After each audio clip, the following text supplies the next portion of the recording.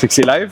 On va démystifier aujourd'hui protéines, EAA, BCAA, c'est quoi l'utilité de ces affaires-là? C'est quoi la différence entre ça? Parce que réellement, dans les faits, des protéines, des acides aminés, ça revient à être pas mal la même chose, sauf qu'ils sont pas au même stade d'évolution. C'est que dans le fond, quand tu as une protéine, la protéine est complète, elle va être composée d'acides aminés qui sont toutes solubles sous une même molécule que tes sucres gastriques vont par la suite dissocier. Après ça, les différents acides aminés vont être répartis dans ton corps pour les différentes fonctions.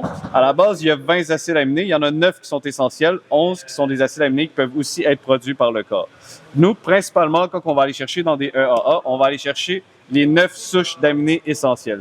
Différence entre BCAA, EAA. Dans le fond, BCAA, tu n'auras pas les 9 souches d'acides aminés essentiels. En général, tu vas en avoir 3, 4, 5, dépendamment de la marque, s'ils sont généreuses ou pas. Que sinon, quand tu vas vraiment avec des EAA, tu vas avoir les 9 acides aminés qui sont dites comme étant essentiels.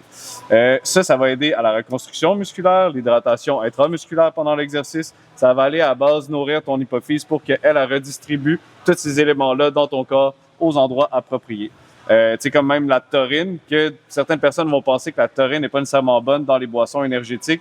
Réellement, la taurine, c'est un acide aminé essentiel qu'on a besoin pour le développement cognitif. Ça l'aide à régler les troubles d'arythmie. Donc, même la taurine, c'est super bon. Même si tu bois du Red Bull ou d'autres trucs comme ça, je recommande pas ces boissons-là, mais ça reste que dedans, tu as de la taurine, puis c'est un bon acide aminé. On en a besoin pour le fonctionnement général du corps.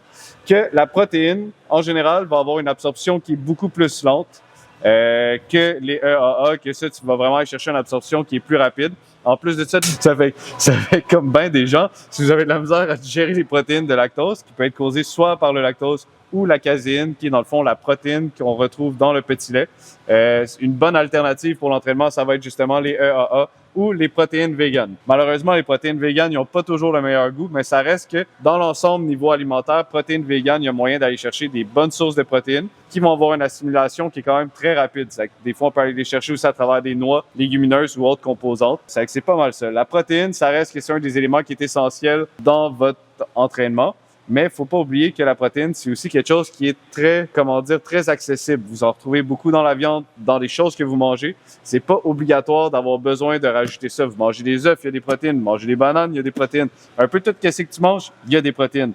Ça fait que c'est de là, des fois, à regarder avant d'aller investir un 115 $ prix courant dans ces affaires-là. Ici, il est détaillé 81, by the way. Pensez-y, est-ce que vous en avez réellement besoin? Tu sais, des fois, justement, le EAA va être plus intéressant que la protéine parce que justement, il y a une absorption plus rapide, donc il va aller nourrir le muscle lors de l'exercice et non 1h30 après qu'il ait été détruit par vos sucres gastriques puis rediffusé dans votre corps.